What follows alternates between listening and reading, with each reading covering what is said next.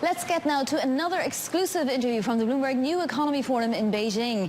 Pimco Vice Chairman John Studzinski on why his firm is investing in China's bond market and navigating trade deal uncertainty.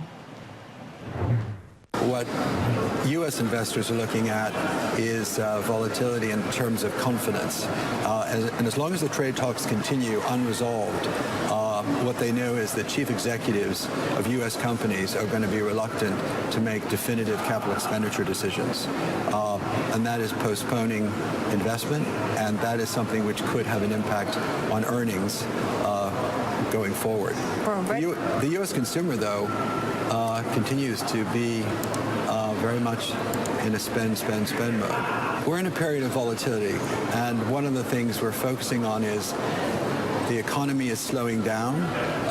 We don't really see a recession in the next 12 months. So anything that remotely represents any type of air pocket or disruption is going to cause a short-term challenge to confidence. I mean, for example, the big black swan of 2019, and the only black swan of 2019 really, has been what's happened in Hong Kong. And no one really predicted that. When you look at something like Hong Kong and the lack of options on the table for both sides, does that make you want to sidestep that market? Very interesting. Hong Kong is a very stable market. If you look at the capital markets over this whole period of volatility and even the violence, remember the Hong Kong currency is pegged to the dollar. The Hong Kong Stock Exchange is probably one of the most professionally transparent and regulated in the world. It's very much in line with the best of the New York Stock Exchange and the London Stock Exchange. Investors are very comfortable with Hong Kong. So you're not hearing concern about the money markets in Hong Kong? We are seeing liquidity being squeezed, cash demand up. Also, perhaps some people saying the Hong Kong dollar being pressured away perhaps from that currency peg. And one of the things I think we're all excited about is that, remember, in 2020, China is going to open up their financial services market to international ownership and control.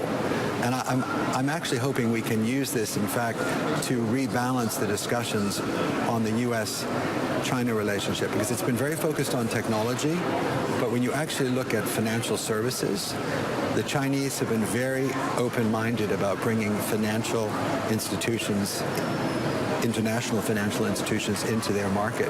It's a $43 trillion market, and they want international expertise and experience in that market. So 2020 is important. Pimco is very excited about the Chinese market because it's a $12 trillion bond market. It's actually a bigger bond market than Japan. Will you be adding positions in China? We're talking to the CSRC about our business strategy there. It's a strategic priority. Pimco Vice Chair John Studzinski at the Bloomberg New Economy Forum, which has been taking place in Beijing, which was organised, of course, by Bloomberg Media, a division of Bloomberg LP, which is the parent company of Bloomberg News. As you might have guessed, this is Bloomberg.